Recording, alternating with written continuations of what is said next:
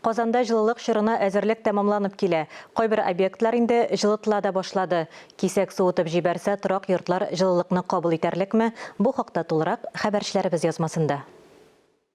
Все сделали для того, чтобы было тепло, когда дадут отопление.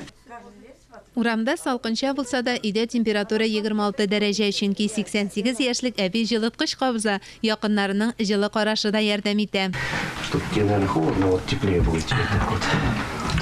Спасибо. Анна Чистякованың өендә җылылык биргәнчә килә торган кием, яулык, җылы япма, свитер һәм йоныйык башлар. Көзге чор иң мәкерлесе, өлкән яшьтә бик тиз салкын тидергә мөмкин. Мама вот пожилой человек, ей холодно. Так температура 18 градусов, берем, подогреваем немножечко. До 22-23. Нормально, хорошо. С обогревателем хорошо, да. Нормально. Да.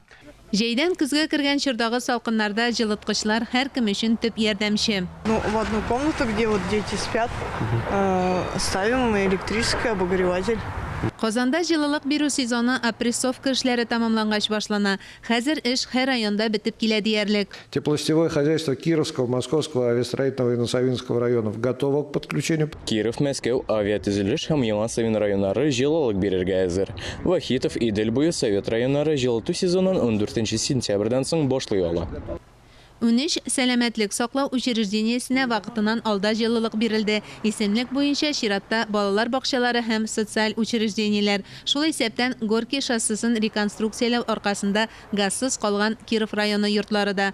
Җылылык җибәрү чорында кайнар линия телефоннары эшли. Мөрәҗәгатьне ачык Казан системасы аша калдырырга да мөмкин. Мөршидә Җихан, Айнур Вәлиәхмәтов, Ринат Сахипгәрәев, Татарстан яңалыклары.